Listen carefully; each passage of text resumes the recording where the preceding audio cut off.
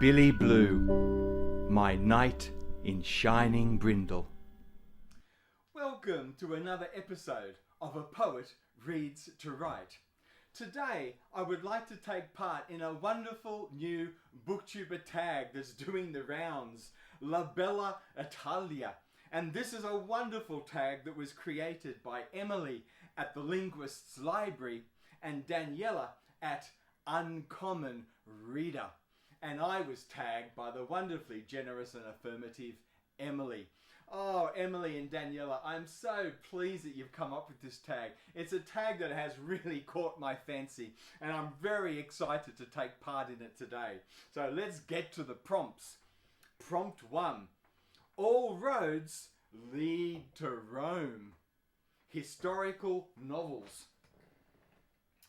As soon as I read this prompt, I had to come up with these two books. Neither of these historical novels are set in Italy, unfortunately, but they're historical novels that I just love. The first is Melvyn Bragg's wonderful Credo. For some reason, this book has always had mixed reviews, and I've never been able to understand why. Because I think it's incredibly dramatic and so richly evocative. It's a book that is set in that what's become known as the Dark Ages in Britain. So Britain after the Roman conquest, after Roman Britain finishes, and just before the Anglo-Saxon invasion, if you want to call it an invasion. This is a wonderful book that is set very much in that Dark Ages type milieu. And it's a book that tells the journey of St. Aidan in travelling to Holy Island, Lindisfarne, and establishing that incredible Catholic monastic community that centred on Holy Island, what has become now known as Holy Island in the United Kingdom. And to begin with, when Aidan set up Lindisfarne, of course, he wanted the Catholic Church in in Britain, to be established along Celtic lines in terms of the calendar, the liturgical calendar, the celebration of saints' days, the way we dated things like Christmas and Easter. But in his lifetime, there was an attempt by Rome to reassert authority over all reaches of the Catholic Church. And they wanted to enforce Roman authority in terms of the liturgical calendar, the way the liturgy was practiced, and the celebration of holy days and things. And unfortunately, St. Aidan and the Celtic Church lost the contest. And so the Catholic Church in Britain was brought into line with Rome, or underneath Roman authority. So this is a wonderful historical novel that is set in this incredible, interesting and vibrant period of British history. It tells a love story as well between a young princess and her warrior suitor. And they, of course, are not allowed to get together. They're kept apart. So the young woman sets up her own monastic order of nuns, and the young warrior continues his war at this stage against the incoming Anglo-Saxons as they come into Britain at the end of the Roman conquest. So this is a wonderful book that is really celebrating, evoking all of these great moments in time in very early British history. It's a fascinating book. I absolutely love it. And you can see this edition I have. It's a beautiful hardback edition. I think it's got a lovely cover. And I just find it a richly evocative. It's a beautiful historical fiction. Really celebrates, St. Aidan, St. Cuthbert, who took over Lindisfarne after Aidan. And St. Cuthbert was then charged with bringing St. Lindisfarne into line with a Roman authority. But it really beautifully evokes the whole world of St. Aidan, St. Cuthbert, and of this religious quarrels, contest, if you like, between the Celtic Church and the Roman Church. It's a beautiful novel. I love it. I actually called my son Aidan after the Saint Aidan of this book that is celebrated here. And I really was glad that I could buy a beautiful copy of Credo for my son Aidan as well, to celebrate his name and where his name came from. The great St. Aidan, who founded the Lindisfarne community on Holy Island. Wow! The other historical novel I thought I would introduce you to is this one by the Australian Jewish writer Alan Gold, and it's a novel called Jezebel. This is another beautifully rich historical novel that celebrates the world of that Phoenician princess who married, of course, the northern kingdom of Israel, that king, the infamous king Ahab. These guys, of course, Jezebel and Ahab, get a terrible press in the Hebrew Bible. To the Hebrew Bible, Jezebel and Ahab were the worst of all possible kings and queens. They were the ones who really wanted to bring in apostasy into the kingdom of Israel and have the return of the Phoenician gods and goddesses and Baal and all that sort of thing. So this novel really recreates, the contest between the priests of Baal and the priests of Yahweh, and the contest with fire and who can bring down fire to consume the sacrifices. And it tells the great love affair between Jezebel and Ahab. And I just think it's a marvelous book. It's a historical fiction that really returns to us the very romantic and beautiful figure of Jezebel. She is much more than just that figure who is pushed out of a high window to her death and is then eaten by dogs. The way she's become so infamous in the Hebrew Bible, this does much more than that. It recreates a beautiful, humane version of Ahab and of Jezebel. And I love it. It's a wonderful book. It's a very surprise. It's actually quite a sexy book as well. But it's a book that really takes you by surprise and brings to life the whole world of the Hebrew Bible, the ancient kingdom of the northern Israel state. It's a beautiful book. I love it. Prompt 2. Wherefore art thou? Verona. Literary or historical romance fiction. Well, for me, I had to bring in Emily does this book as well, Rebecca by Daphne du Maurier. I part wanted to do this to show off my Folio Society edition. This is a book that I've had for a long time. I used to own it in a very cheap paperback, second-hand paperback, and I've returned to it so many times just for fun that it really started to fall apart. So when the Folio Society brought out their own edition, I couldn't wait to get it. It's a beautiful Folio Society edition. Look at the richness of that cover. And a book just opens so well in the hands. It's fully illustrated with beautiful full-colour pictures. It's a beautiful book. And this is, of course, a wonderful Gothic romance. Partly a forbidden romance, I suppose, a complicated romance. And I just think it's a wonderful psychological thriller. This is the sort of book that I love to return to when I need a break and when I just want to rediscover, fall in love all over again with the wonder, the discovery of reading and books. Books like this are just a joy to return to. And I think, Rebecca, it's a marvellous piece of writing. Like Credo, it's had mixed reviews. A lot of people wrote it off and said it would never last.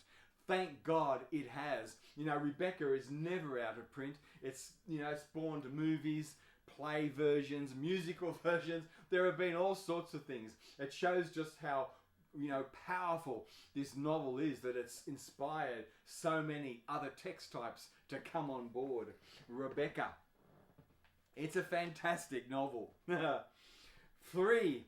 Florence Brushstrokes and Botticelli. Art books. Well, here I can get straight to Italy. I have lots of favourite number one works of arts, but one of my number one favourite artists of all times is that marvellous early mid 20th century Bolognese painter, the Italian painter, Giorgio Morandi. Morandi is just an absolutely marvellous painter.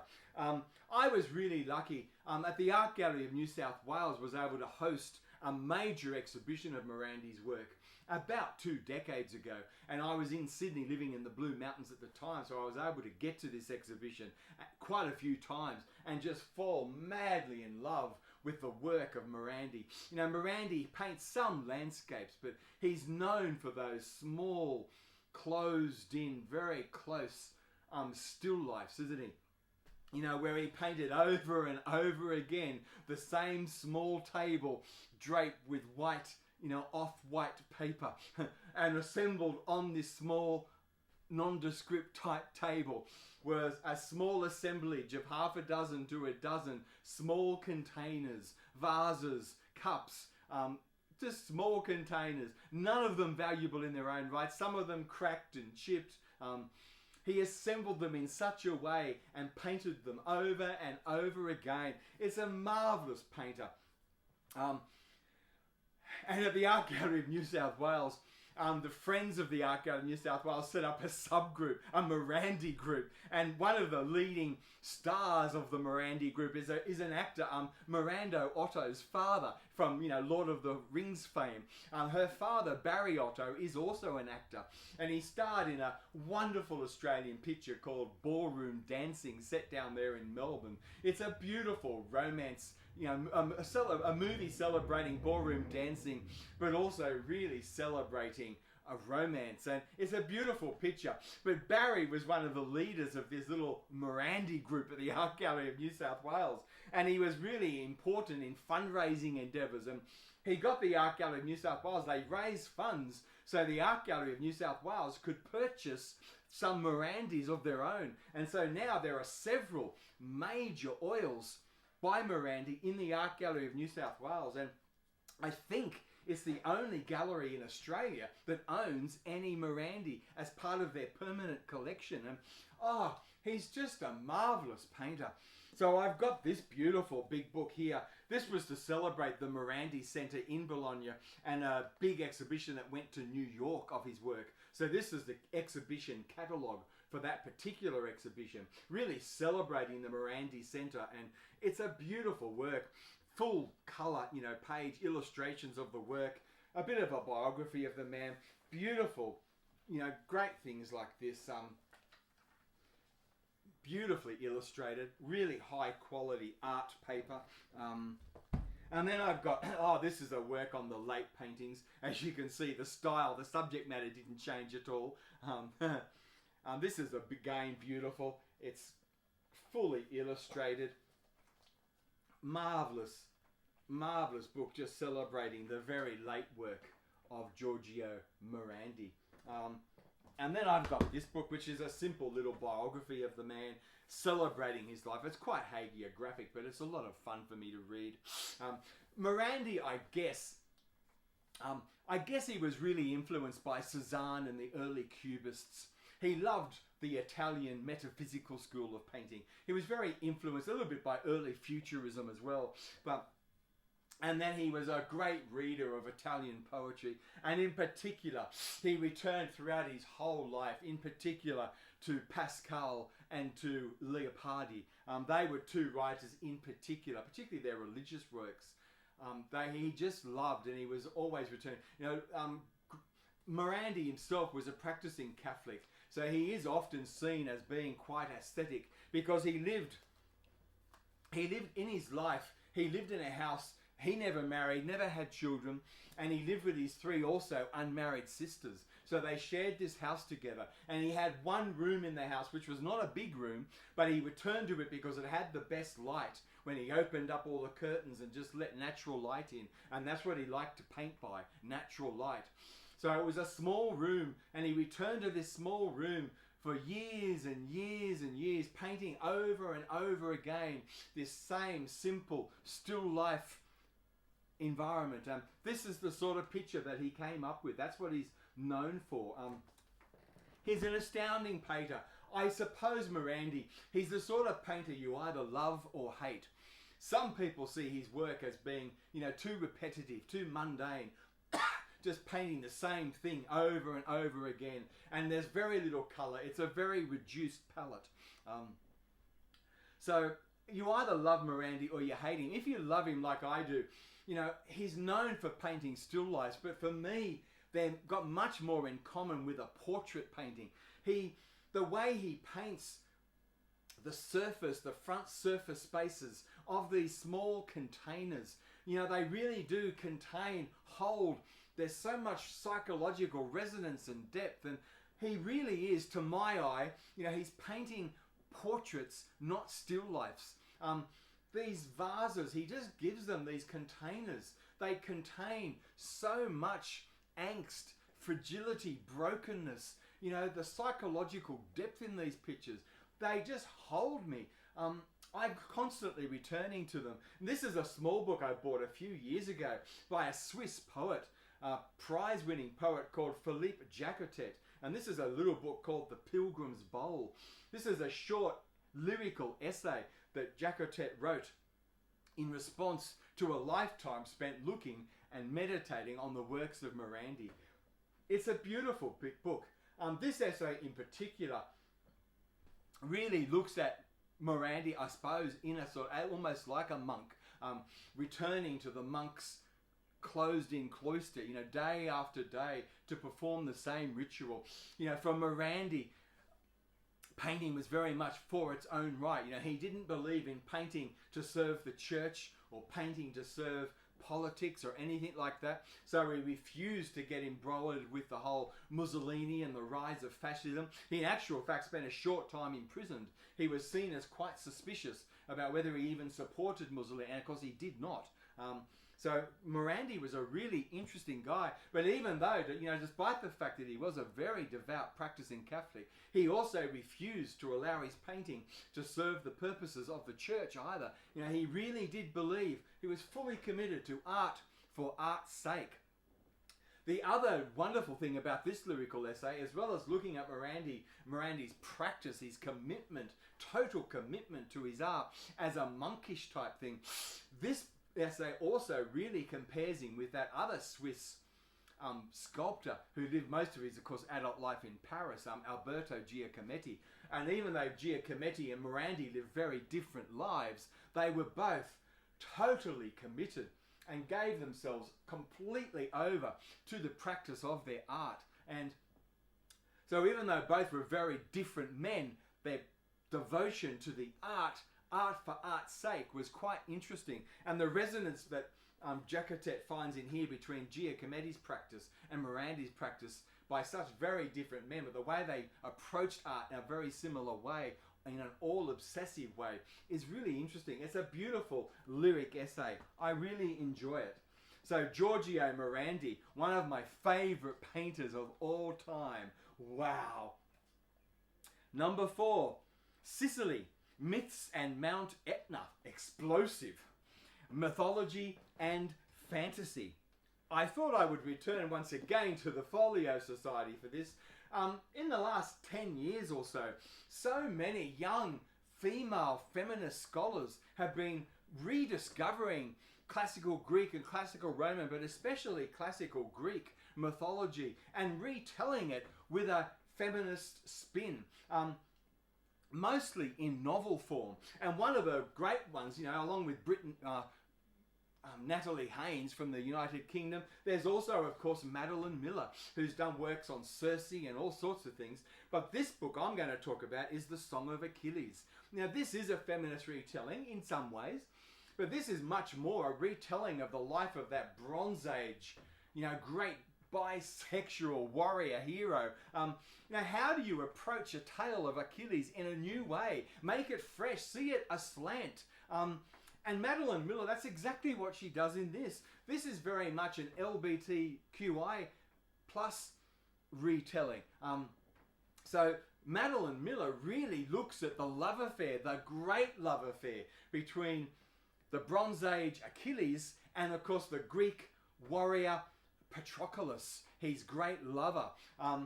And this tells the story of Achilles through the eyes of Patroclus. And it's a real celebration of that really beautiful gay love between these two men. It's a wonderful book. It does really recreate for you that Bronze Age milieu, that 10 years spent fighting the pointless Trojan War. But this is a book that doesn't focus on the war, on who wins or loses. You know, it's not about Helen. It's not about any of those things. This is a beautiful romance.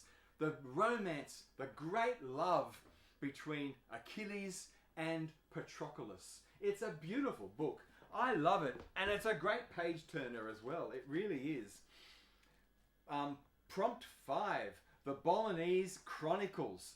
Food-themed books. Well, in Australia, there's a wonderful poet. She's probably not read enough today, I don't think. Kate Llewellyn.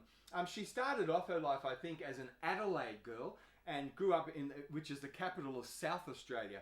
So she was a South Australian Adelaide poet initially, but she spent much of her adult life living in the upper Blue Mountains, just west of Sydney, which is my home, where I grew up, in the upper Blue Mountains, just west of Sydney. And she's written, as you can see, these wonderful poems. This is a selected poems called Honey. It's got a beautiful cover, hasn't it? Look at that. The Selected Poems of Kate Llewellyn. This is another book a beautiful book, Safala and Other Poems. Safala is a small town just west of the Blue Mountains in the central west of New South Wales. That's a beautiful collection of poems. But Kate Llewellyn, and over the last 20, 30 years, I suppose, Kate Llewellyn is increasingly, as well as writing poetry, she's done a lot of work writing and publishing journals. When she moved to the upper Blue Mountains, she bought a really simple little weatherboard, iron roof home, a little cottage with a veranda right around, and she had the traditional sort of quarter-acre block around this little house. And she went into gardening in a really big way. She created this miraculous private garden all around her house. And she started writing journals about the whole experience. So her journals duck in and out of the making of poems, describing her editing, writing process, the determination to find publishers for these poems and to see the books go out into the world. They retell things like, different poetry signings or readings of her work that she's possibly given. But the books also dive in and out of the making of her garden. So they're partly books about the making of poems. It's a journal about the making of this beautiful garden and all the wild birds and possums that come and visit the garden. And of course, the other thing Kate Llewellyn does is she's a great host. She loves having people come and visit her. So the book is also about the meals that she prepares and the wine that is drunk as friends gather around a table to share a meal and love with one another. So these journals, she wrote half a dozen of these journals. This is just one called The Water Lily. But she wrote half a dozen of these, publishing her journals, really celebrating her work of making poems, making a garden, and making fine food. And it's a beautiful celebration of love, friendship, all of those things. I love them. They're fun to read. Kate Llewellyn, a wonderful poet and journal writer, diarist. Prompt 6, From Sardinia with Love. Thriller, spy, heist. Well, for me, in Australia, there was a much-loved poet who's recently just died of breast cancer, unfortunately. But she's a wonderful poet called Dorothy Porter. Dorothy Porter really made the verse novel her own. Verse novels have become very important and very popular as a part of Australian poetics, people like Alan Wern, Jeff Page, Les Murray, Philip Hodgins. There are lots of poets that have really given themselves, Beth Spencer, to the writing of verse novels. But probably the most famous of any of them was Dorothy Porter. She really made the medium her own. She was really catapulted to fame many years ago by a verse novel called Monkey Mask. And Monkey's Mask was a lesbian thriller detective story. I can't show you that because I've just lent it to my daughter. I finally want to show it on a video and I don't have a copy of the book. But that was the one that catapulted her to fame. That, believe it or not, has been made into a much loved Australian art house feature-length film. So imagine that, a work of contemporary Australian poetry made into a film. Wow!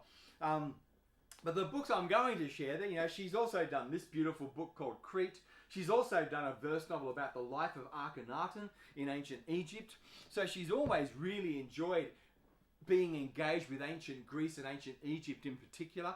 And then Monkey's Mask was set in Sydney in that sort of late 20th century milieu. And then she's also written this book, What a Piece of Work. What a fabulous title. This is quite a hard book for me to read because I have a history of having been committed to psychiatric hospitals a couple of times. And this is a work that is really interrogating the infamy of the very famous Sydney psychiatric hospital from that mid-20th century milieu called Callan Park. And this is a detective thriller, murder mystery, if you like, that is set place in this infamous psychiatric hospital. What a piece of work. Whew. You can see that it focuses around a particular psychiatrist who was not a very nice person. It's a marvellous first novel. It is a real page-turner. It's a real dark psychological thriller in many ways. And it is very much about the damage that is often done to people who live with mental illness. I was so lucky. I was committed to psychiatric hospitals in the last 10, 20 years when things have changed so much.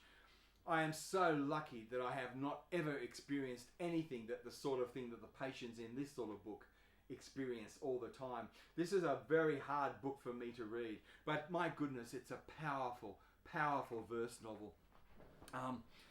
I also thought I would share with you, one of the inmates of Callan Park was a wonderful Catholic poet called Francis Webb. He's written this beautiful poetry. It's quite difficult poetry to read, I guess. Some of it is quite narrative based, where he wrote quite a few longer poems telling the story of a Catholic saint, or recreating the story of European explorers, particularly naval explorers he was interested in. So it is quite dense poetry, quite difficult to read. I don't read it a lot, but I like to return to Francis Webb every 20 years or so. I really enjoy returning to him. He is a wonderful poet. There's another book of essays on Francis Webb, and you can see a picture of the man there. It's beautiful. But he was an inmate for many years of Callan Park. He suffered from schizophrenia, and of course in that mid-20th century milieu, that was not something that was often treated very well with medicines or drugs. So poor Francis Webb had a terrible time, and he had electroshock treatment and all sorts of things at Callan Park, and he was labelled down for a lobotomy, which quite possibly in that milieu would have been the end of him. And he was so lucky. Just starting work at Callan Park at that time as a very young junior psychiatrist was a guy called Craig Powell. And Craig Powell loved poetry. He was a big reader of it, and he'd always loved Francis Webb's work. So when he went to Callan Park and discovered and realised who he was, he literally saved Francis Webb's life. He got him out of that surgical room so that they didn't perform the lobotomy on him, which quite possibly would have been the end of his poetry, the end of his creative life. Craig Powell really came to the rescue and then was responsible for much kinder, more humane treatment, not only for Francis Webb, but for other people at Callan Park. And he was, of course, as I said, a great poet as well. As a young man, when I started to move into poetry, the New South Wales Poets Union used to run an annual conference for 2 or 3 days at Pitt Street in the heart of Sydney, and I started going to that as a young 20-odd-year-old poet. At that stage I was reading a lot and only writing a little bit, and everything I wrote was absolute rubbish, and it was getting rejected by journals, but I was doing my best. And of course I was so socially awkward, so I would go to this conference, and even though I was determined to sit there and soak up all the atmosphere and learn everything that I could, because each conference had book signings and book readings and lectures and talks, conversations, all sorts of things. I loved it, but I did sit very awkwardly in the back corner on my own and talk to very few people. I've always been very socially awkward. And Craig Powell, I couldn't believe it. He just came and discovered me. He saw me sitting up there, and the first time I went, he just sat next to me and we started to talk. And then every year as I returned and went back to it, he always just looked out for me, and he always came and sat with me. He was just the most beautiful, gentle man. And of course, the story of how he had saved Francis Webb, you know, that was such a famous story, and I was teaching Francis Webb and reading his work, and I knew the story well. But when Craig introduced himself to me, I couldn't believe who he was. And he, of course, couldn't believe that I even knew him, because even though he's published quite a bit of poetry, he's never been very widely read. And unfortunately, he's probably not read at all anymore, which I think is a great shame. I love his work.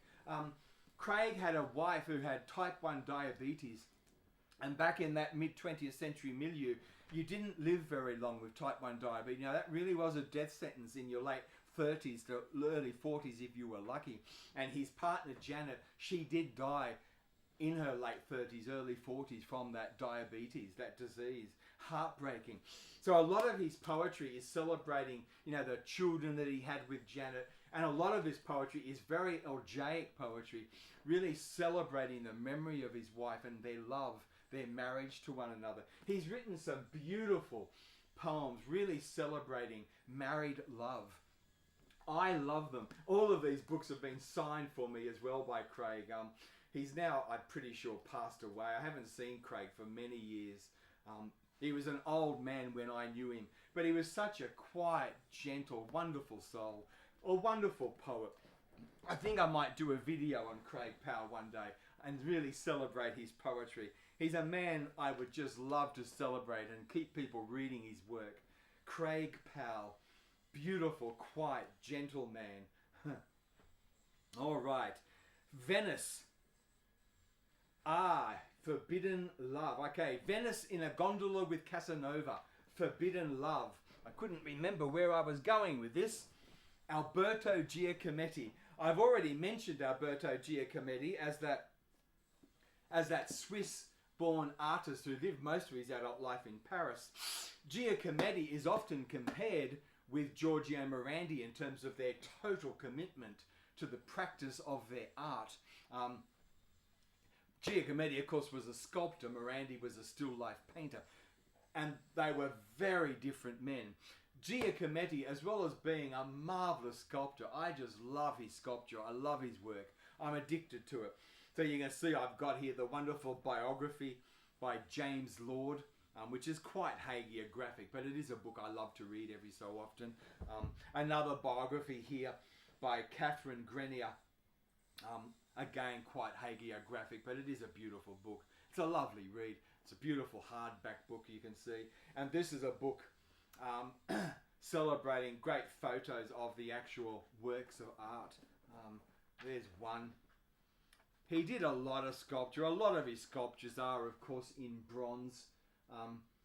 And, you know, how do you make bronze almost disappear into fragility and brokenness? He just did over and over this sculpture informed by the philosophies, I suppose, of phenomenology and existentialism. He's a marvellous, marvellous sculptor. I love his work. But as a man, he was a complicated person. He was no practicing Catholic or quite very reserved, shy man like Giorgio Morandi. And Giacometti spent most of his adult life searching out cheap brothels. He always paid for sex. And feminists have done a lot of work on this now, haven't they? You know, I know, you know, with the Secret Diary of a Call Girl and all that sort of stuff, it's very easy to glamorize sex work and, you know, see it's all about bodily autonomy and a celebration of sex and freedom of judgment and all this sort of stuff. I know it's very easy to glamorize high-end escorting in those sorts of ways. But there is also the other side, isn't it? And there are a lot of really important feminist scholars who have written about sex very much as if you're paying for it. You know, if you have to pay for it, it's pretty obvious that the person you're having sex with doesn't want to be there. They just need the money. And so is that rape? You know, there is some school of thought with some feminist philosophy that all prostitution, all paying for sex is rape. And that is something that really sobers me up and makes me think about Giacometti. And I'm not a big fan of cancel culture. I think all of us have bits best kept forgiven. So I'm not a big fan of cancel culture, but this is something that really sobers me up and makes me think about my love affair with the sculpture practice of Giacometti. It is something I think that needs to be there in the foreground and needs to be thought about. My grandmother, my maternal grandmother, was a prostitute for much of her adult life, and I saw the damage that it did not only to Grandma but to the 5 kids that Grandma had, which of course included my mum. You know, my mum was very damaged by living with Grandma, by living with, you know, all these men. And yes, I don't need to go into that, do I? So I have lived with the legacy, the trauma of living with prostitution. And I think the feminist argument that, you know, if you're paying for sex, it's rape. That is a commitment that I think sobers me up and really is something that I have thought about for a long time. So Giacometti, complicated person, forbidden love, because he paid for all his sex. I think he very rarely had partners. He seemed to prefer going to cheap brothels and paying for sex. And that tells you a lot about the human being, I think, in contrast to my Giorgio Morandi, I think.